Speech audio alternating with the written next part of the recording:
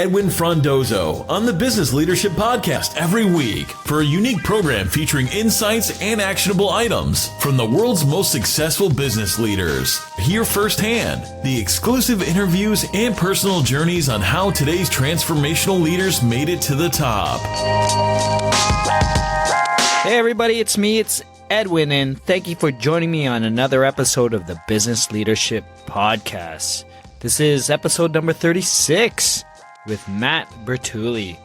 Matt is the co-founder and CEO of DMACC Media, and he's also the co-founder of Pela Case. He's also the author of a best-selling book, Anything, Anywhere, a book on the future of retail and e-commerce. In this episode, you'll hear how he's able to run multiple businesses by creating scalable platforms. I loved hearing about his journey of becoming an author, and really excited to hear how he continues to grow through his belief systems. Before getting started, I would like to thank my media partners, IT World Canada and Startup Canada, for the support of the podcast. Now enjoy the show. Welcome to the Business Leadership Podcast, Matt. Yeah, it's good to be here, man. Great. Well, Matt, before jumping in, why don't we just get started by perhaps introducing yourself to our listeners. Tell us a little bit about yourself, who you are, and what you like to do when you're not leading growing businesses. Yeah. So personally, I'm a human, just like anybody else, and husband, father. I've got a 2-year-old. So if anybody is listening, they have kids, they know how much time that takes up. And mostly, as far as what I do for leisure time, like if I'm not, doing the entrepreneur thing, I mostly mountain bike and get outside. Like I'm a bit of a tree hugger, and that's kind of why one of the businesses we have is very focused on the environment. So I like to be outside as much as possible, and I've sort of built my entire life around that, and it works for me.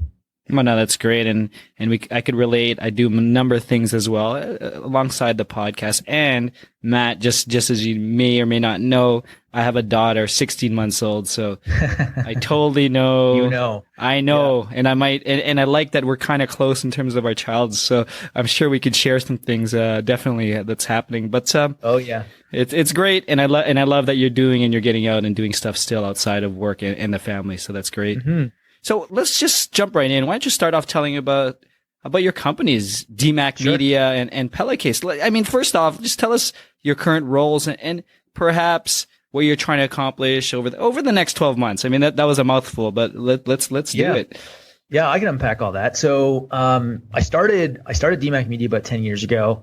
We're a commerce agency, commerce services business, quasi services business. So what we do is very short and brief. We help merchants build and grow e-commerce businesses. So we work with, mid-size to large brands, and some smaller ones too. So like, household names in Canada would be like Sleep Country, or, global brand would be a Lonely Planet. And we started out as just technology people. Like I'm a software developer by trade. And so is my co-founder. And, that business is now, somewhere around 80, 90 employees, 100 employees. It's hard to keep track. And my role there is very vision and mission focused. So, more CEO type role now. Like it's very work on the business and figure out sort of where our market is going and where we need to go. Instead of the kind of like very operational. Like I'm a really bad operator, so I try to do as little of that as possible. And then Pela Case is our second company, or my second company, which I had acquired half of about 2 years ago, a little over 2 years ago. And when it was sort of like a brand new startup, so it was more like a venture seed capital investment. But I love the story and the product and the my co-founder, Jeremy. He's such a good dude, such a good mission that basically the thesis is, DMACC has a team in systems and technology and all of these pieces that we use to help other people grow these types of companies. So like e-commerce or retail companies, let's buy one ourselves and see if we can grow it for ourselves. So that was the thesis, right? And, funny enough, it's working. So we actually, this company sort of operates separately. So it's a separate entity, separate brand. and it also leverages the resources that DMACC has. So it's been a really cool experiment in that, we started a program last July called Merchant in Residence. So like if listeners are familiar with sort of the venture capital EIR models, like they have entrepreneurs in residence. So our thinking was, let's find a young entrepreneurial person who wants to build a physical product company and let's bring them on board DMACC and give them Pela Case as their first sort of startup to scale. And we did that. And so from July of last year, Santa, the young lady we hired, has sort of led growth for this brand, and I've supported, and my team has supported at DMACC, and that company has gone from nothing to a healthy 7-figure business and is growing at about 25% a month. So it's a little rocket ship, and my role there is still same thing. It's sort of vision, direction, roadmap. Where are we going? What do we need to do over the next 6 to 12 months to continue to grow that company? And how does it fit within the DMACC ecosystem? And then the last question you asked is, what do I do over the next 12 months? And my aim is to replicate this model now. So acquire more brands, more digital first, direct to consumer brands, and bring them into our machine, our platforms that we can scale them. That's great. I mean, it sounds like everything you're doing is sort of related, and it's getting, and it's hitting some of the passions that you have as well. And you're leveraging what you've done over the last 10 years, which is pretty interesting. And we'll probably try to get more into that as well as we talk and dig more. But that's great. I love how you shared and how everything is growing and just fitting in. That's the thing, right? Like I get asked a lot about how do you run multiple companies or how do you build multiple businesses? The only way I think is possible or reasonable, unless you're a super freak of a human, is to keep them really closely related. So like Pela Case is directly related to what DMACC does every day and what I do every day. So I'm not ever in this sort of like context switching between businesses mode, like what Elon Musk does between Tesla and SpaceX just blows me away. Like one is launching rockets and one is cars. Like how are those, other than, there being some mechanics involved, but like those are very different businesses. And that to me seems really difficult to do. So for me, I look at this like everything I'm going to do is going to be, I call it one hop away from what DMACC does or is doing. You actually raised some interesting points in terms of, doing businesses concurrently. And I mean, and you mentioned it, Elon Musk is a different scale. I mean, we're talking about someone who has like probably the best people around him at this point, and he's grown and scaled companies before starting this. But I mean, I know in my community and in my circle, I mean, there's a lot of business owners, business executives. Just focusing on one business is difficult. So I'm really curious is how do you find the balance and like really divide yourself between the two? And I know you mentioned they're closely related, but how, like, give me what it looks like in a typical day or week. It's a good question. So it doesn't work if you don't have really decent operating systems and teams in place. Like even at my scale, like DMACC's not a gigantic company. We're not a super small one either, but no. And Pela is still a small company, but growing quickly. So it's becoming a much bigger business.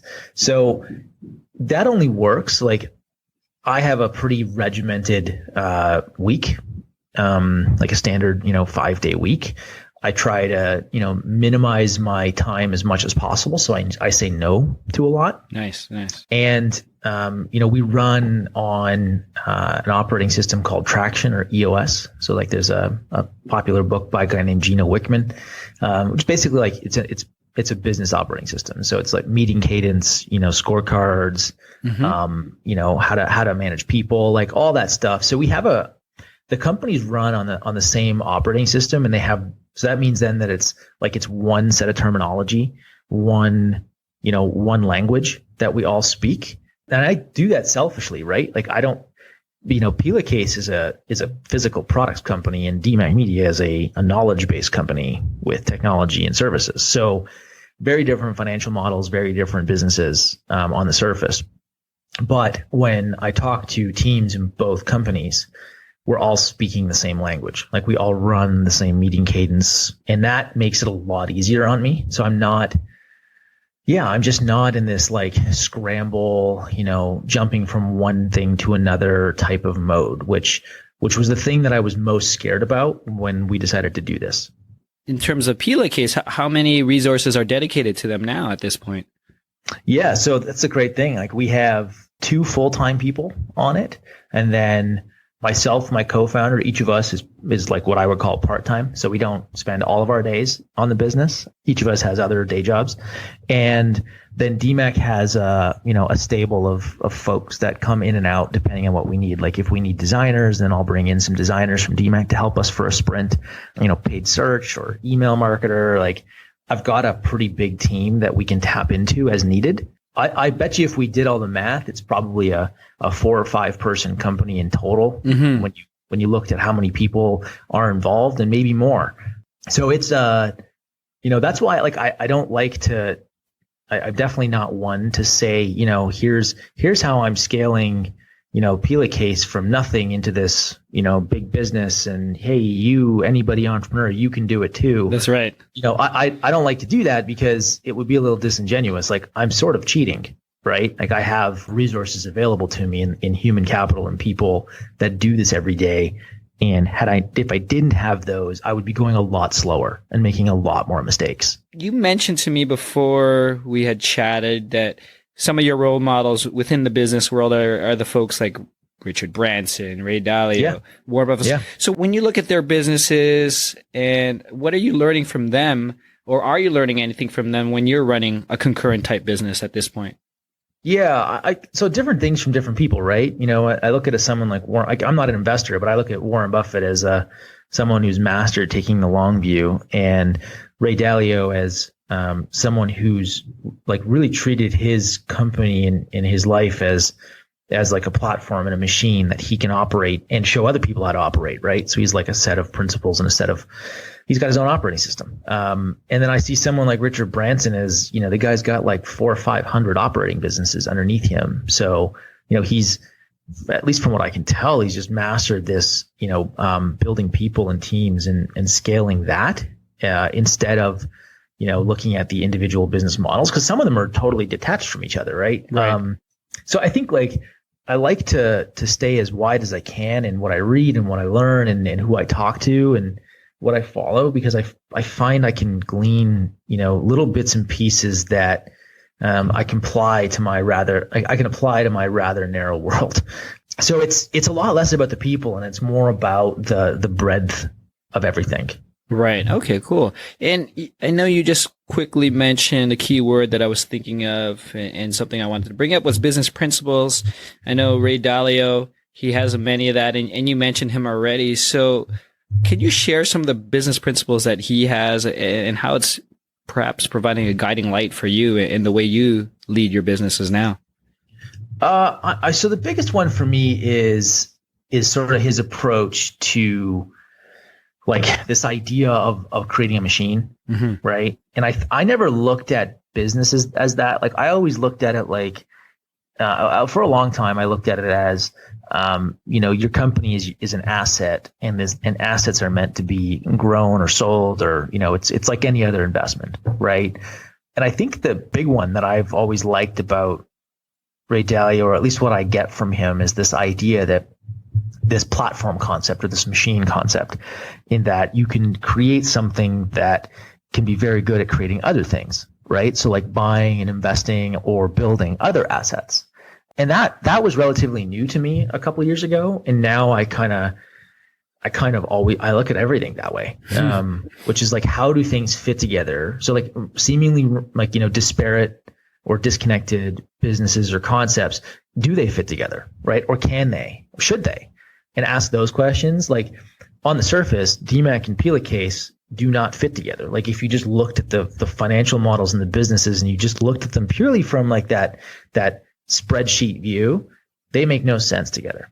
If you back up far enough though, you can see the leverage points in people and systems and some of the repeatability that we get. And that to me is the very definition of platform, right? Like it's something that's, other things can sit on top of and launch off of. No, that's great. Thanks for sharing that. And it's pretty exciting, I'm sure. And I don't have to tell you, is when you realize this platform you built, and I'm sure your imagination is going wild now in terms of where you could scale or which tangent you could take, as long as there's some type of relationship with it. Yeah, for sure. I mean, now it's a question of focus. Like, that's the big one, right? Because it's really easy to, and we've definitely made mistakes along the way where, we get distracted by trying to do too much, or too many varied things. And I think, we've learned those lessons the hard way. And now we're in this place where it's like, how do we become the most effective at what we do? And like, just get back to that basic principle of, do one thing, do it really well, and then repeat it. Right. And don't venture out until you've mastered the repetitive, scalable side of that one thing. So I'm just going to change gears, Matt, because I want to just go back, putting together this podcast on business leadership. It's really fascinating to hear, the business leaders of today. Some of them have made some personal changes to, transform themselves to where they are today. I mean, you started your career just as a developer. I know you mentioned you've been a developer. You became a sales engineer. You worked for a number of companies like NetSuite, Hatch. I mean, just to name a few. I'm not sure, but can you share with us some of the key, perhaps, turning points that you encountered, or maybe even difficult decisions that you had to make that eventually allowed you to grow as a business leader? Yeah, that's good. So it's been a while, right? Like, I've been building DMACC now coming up on 10 years. So it's been a while since I've had a job, and I like looking back, and I've been asked similar questions before, but like, that's an interesting way to phrase it, which is, I can't pinpoint specific times or events, but I can say that, prior to, like, the big one for me is, like, prior to joining NetSuite, I knew that my skill set as a person, as a worker, like professional, was very focused on, like, the building of software, right? It's like how to build product. And I didn't know anything about how it was marketed or sold. And my neighbor, funny enough, was working at NetSuite as a regional sales manager. And she was telling me about the company and how it was growing so fast and it was doing really well, and that there was an opportunity to become a pre-sale engineer, right? So, like, some bridge between what I typically do, which is build stuff and architect stuff, and helping companies figure out what to build prior to making that decision, right? And that's kind of what a pre-sale engineer does. So I took the opportunity very deliberately, knowing that I needed to learn a hell of a lot more about the front end, or the quote unquote front end of these kinds of companies, right? Like, if I wanted to be in technology, I needed to know the full scope of what one of these businesses did. It's like, how the hell do you get customers, right? I never understood that. At the same time, like, I wanted to do that because I also knew that at some point I was going to go and build a business. Like, my family was a bunch of retailers and business owners, right? Like, small business owners. So I grew up with that, at least on my mother's side of the family. So it wasn't foreign to me. It was just always something that was there. And I knew at some point I wanted to be my own boss and hang my shingle out. And I saw NetSuite as a great way to learn and add value to the company.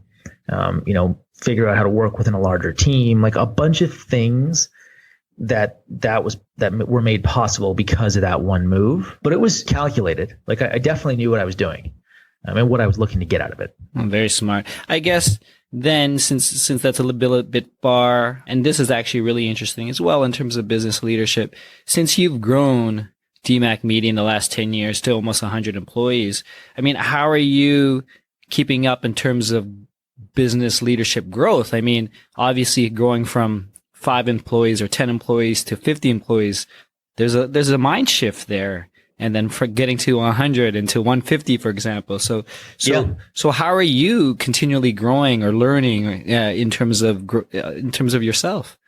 Yeah. So there's 2 ways I look at it. I have sort of a set of beliefs, that are more personal, which is like my beliefs on what is good business and what does it look like, and I think those have changed over time. And I think they've changed because on the other side, there is this, like, I invest heavily in myself. That's like financially and time in learning and developing and becoming better, right? So it's not just about business. It's like just better person, better human, better me.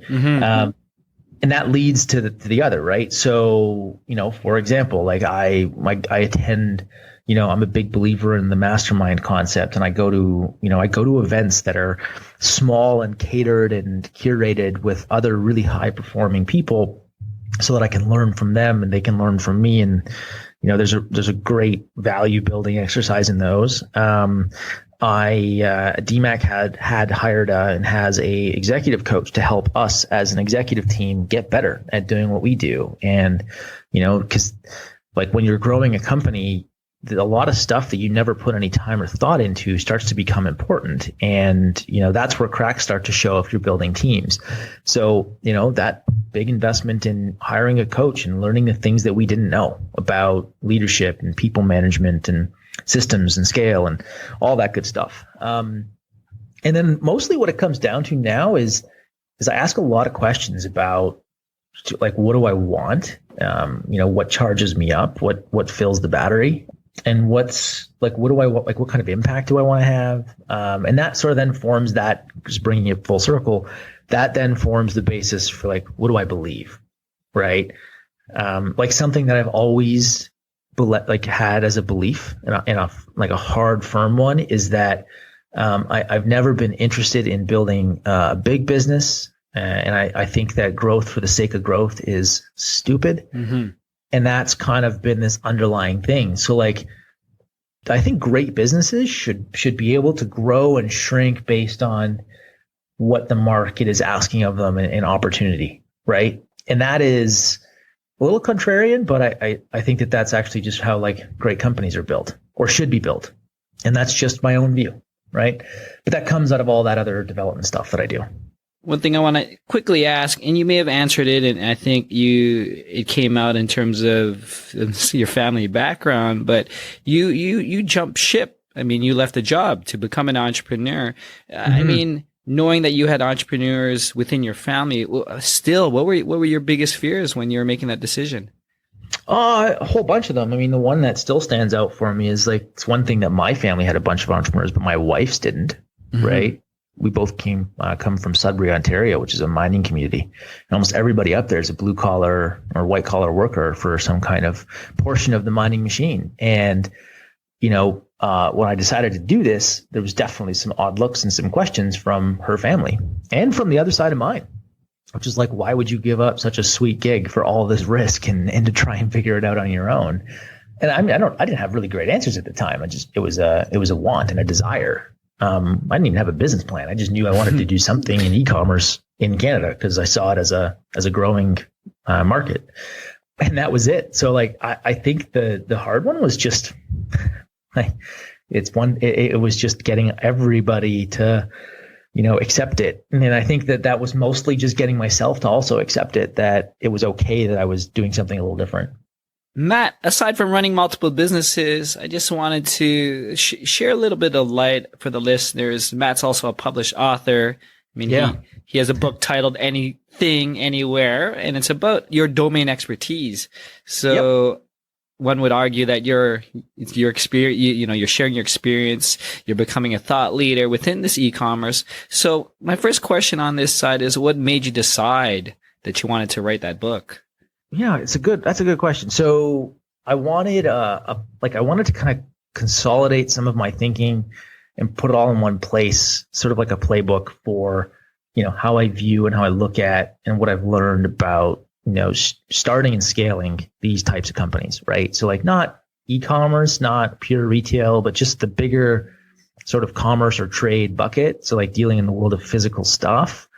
So I really just wanted to scratch that itch. Like, let's get it all down and get it all in one place.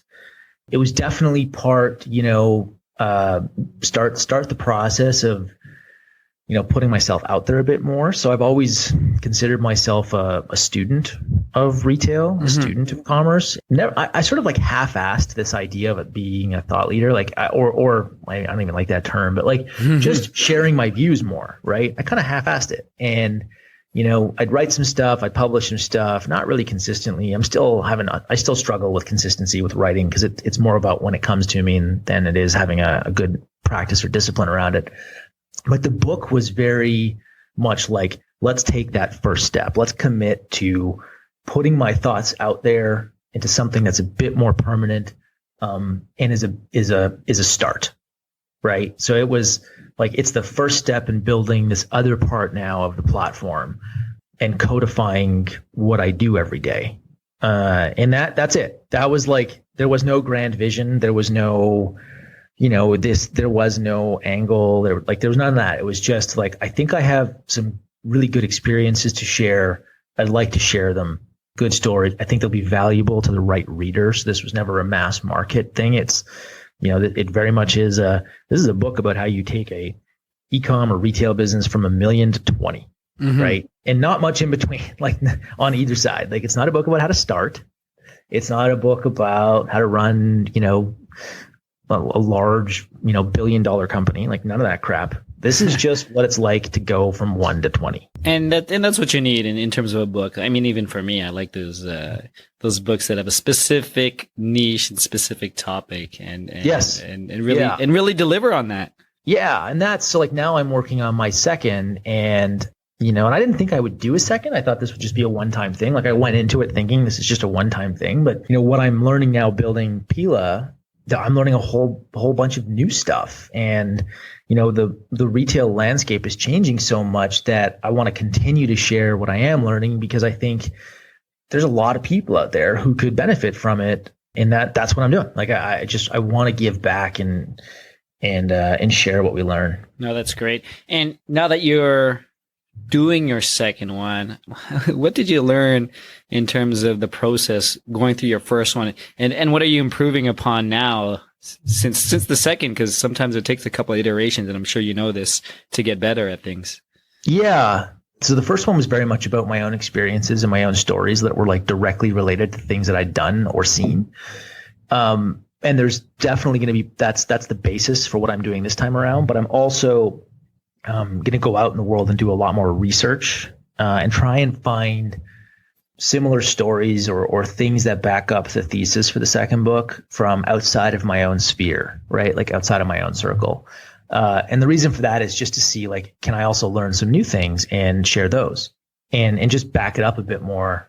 So I think it's not that I didn't do that the first time around. It's just, I want to do more of that because I find that fun, to be honest. So it's a bit selfish. And then, I think the second time around, I'm going to do, so like this time around, we kind of gave ourselves 60 to 90 days to kind of prepare the launch of the book. And I, like, for anybody who's written and put one of these things out there, the launch is really important as far as hitting like Amazon's bestseller list and, getting some noise and getting some traction and all that good stuff. So like, you really got to hit it hard. And our approach was, a bit softer than I think we maybe should have. Like, I think we maybe should have gone like shotgun blast launch, where, my approach this time was like, I'm not really trying to sell a lot of books. I just want the right people to get this thing. So let's go a little slower and drip it out. And that was the strategy. I think this time around, I might consider a much bigger launch event around the book, but that's still up for debate. So I'm not certain. Well, I'm excited, and definitely, Matt, you let us know, and we'll be happy to share it to the community for sure, for those who's listening and really interested in that. Fun question, Matt, since you've been growing your businesses, I'd love to ask, if I had anyone in your team, if I were to ask, your colleagues, your peers, what's the best leadership quality you possess, what do you think they would say? That's a good one. I strive to get that. That's a really good one and a positive. Yeah, podcast. It's hard. I mean, like, I think because like, I bet you the things that I talk about a lot may not be the things that people always get from me, right? And like their impression. So I would hope that it's like brutally honest. It's like, I don't hold anything back. I tell people what I think. I'm not an asshole about it, but I definitely I share what I think. And I think that's how we get better, right? Is just to like put our thoughts out there, even though it makes you a bit more vulnerable when you do so. And I think that makes me a decent leader, is to not be afraid to share a thought or a belief or And I suspect that people get that from me. I would hope so, because I definitely try and live that way. So Matt, what else? I know you mentioned that you're working on another book, but do you have any other special projects, any other initiatives, or perhaps some of the fun things that you're looking for, or something you're really excited about? Yeah. I'm super charged up right now over this like taking the Pela Case sort of model and trying to replicate that. And in particular, I'm really charged up over the idea of building more product businesses that have a much bigger purpose than just selling product. Mm-hmm. And like that was the thing that attracted me to Pela Case in the first place, was like, it's not just an iPhone case, right? It's the world's first zero waste iPhone case. Like this thing composts. So you can throw it in a backyard composter or a commercial composter and it'll disappear, instead of plastic that's on the planet for hundreds of years that just piles up in our waterways. So there's a really strong mission to this brand that I believe in, and I love that model. And I think that that's a way that I can take what I've learned and what I can do, and what I have access to, and have a much bigger, much greater positive impact on the planet. So that speaks more to like legacy than it does anything else. But I love that you can actually do that today. Like you can build a business that is not just good business, but it's good. Like good period. Good, right? Smart, and that's it. So I'm just all over that idea right now. And that gets me up in the morning. I love it. I love that you have that in your passion. And Matt, I'm really having a great time today. But before we end, I'd love to get maybe some final thoughts, observations, and ideally some type of actionable recommendations that you could share to the listeners who are either growing as a business leader or maybe looking to start a business, grow a business, that who are listening. There's a whole bunch. Recently I had read, I forget which one of my friends posted this, but the whole, like, here's the 5 things you need to do to grow a 6-figure, 7-figure, 8, whatever the moniker is used by experts in the coaching space, or whatever is being sold to young entrepreneurs right now. Mm-hmm. I had a friend say something along the lines of like, buying or signing up or buying into somebody else's doctrine is just that they're not admitting that they kind of won the lottery. Right. And, I look at things that way now, and I think that it would do young entrepreneurs or new entrepreneurs or leaders a lot of favors to start looking at, like, if you found some amount of commercial success, it's probably going to it would be a lot more humbling to look at it like some amount of that was timing and luck, and some amount was hard work and dedication and good idea, and all that stuff had to come together. But don't turn around and think that that's super, scalable, right? Or the playbook. So like, I think that we as a group of leaders and entrepreneurs need to start looking at things a lot more critically, in that, there is a special sauce to every single business that isn't something that you can just copy. And I wish that more leaders and more business builders would admit that and start having conversations, right? Instead of these quick lists and courses and stuff that I'm sure a lot of them are super valuable and very high quality, but a lot of them are garbage because they're selling a dream or a fantasy that I just don't believe in. And that's not just like, I've never thought, I don't think there's ever been a better time to become an entrepreneur. I don't. I think this is an amazing time we live in, but I'd like to see a healthier conversation and a healthier debate about what it actually takes and some of the ingredients that some people don't want to admit exist, right? Like timing. That's great. I love that.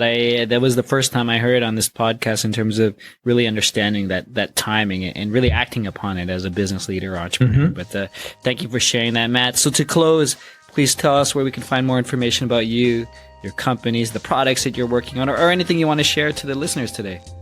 Yeah, so everything me that is digital can be found at mattbertulli.com. So BERTULLI.com, and that's it. You can link to my companies, my book, everything, any writing I do on Medium, all of it just sort of points back to that one place. Now I needed to organize myself. Great, you consolidate it, and we'll list it on the podcast episode page. But Matt, Cool. Truly, it's been a pleasure. Thank you for joining us on the Business Leadership Podcast. Yeah, no, it's been great, man. Thanks for having me. That's it, folks. Thank you for listening to episode number 36 of the Business Leadership Podcast with Matt Bertulli. Now, wasn't that great? For me, I personally enjoyed hearing Matt's stories of leading and building businesses by changing the way he thought and thinking them as a platform and how he could leverage them to grow. To learn more about Matt, DMACC Media, Pela Case, or anything he mentioned, please visit the episode webpage at thebusinessleadership.com/036.